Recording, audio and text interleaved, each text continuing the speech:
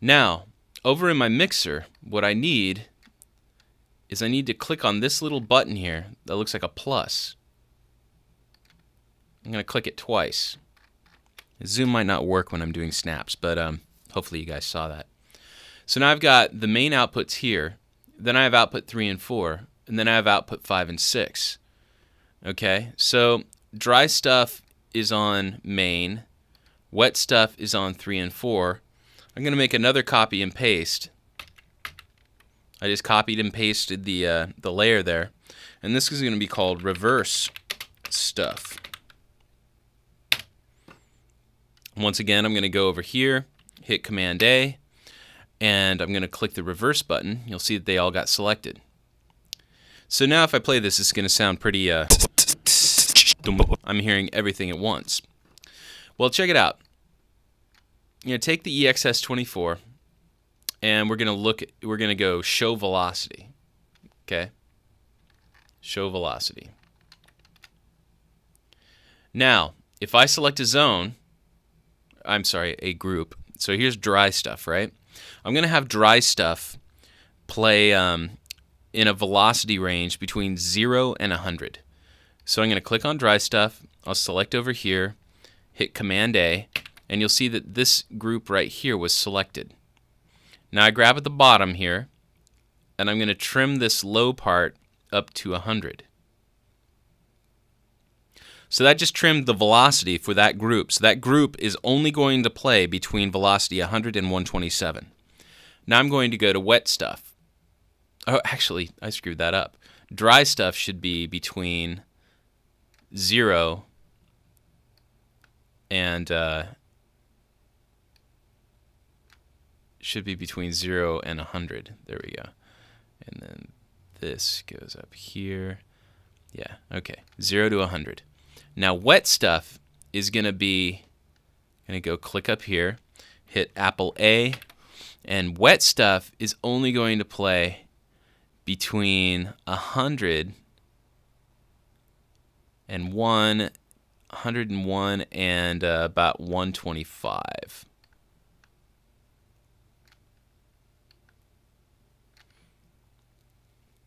And then reverse stuff, select here, Apple A. Reverse stuff is only going to play between 125 and 127.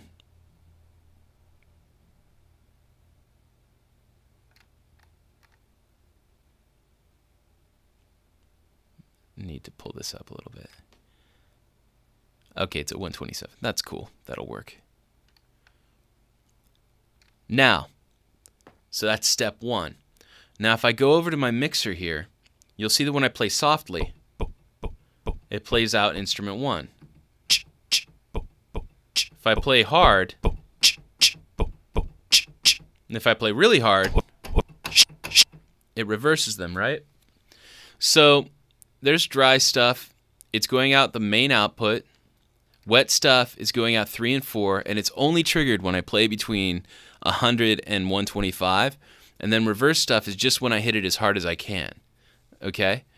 Now wet stuff and reverse stuff are going out the same routing. So I'm going to click over here once again, Apple A, and make this 5 and 6. So now, according to what we've done so far, if I hit really hard,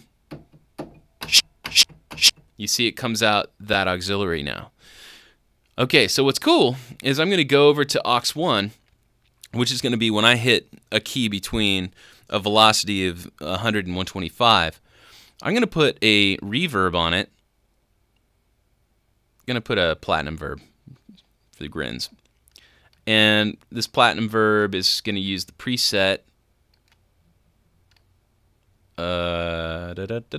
bright long verb. And I'm going to set its output to be really, really wet. And check it out. So I'm playing along. Here I am playing soft. Now when I hit the snare hard,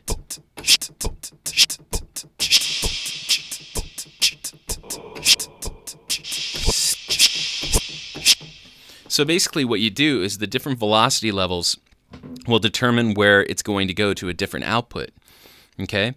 So the steps were I recorded my voice, broke it up using strip silence, dragged all of the regions into my editor in the EXS24.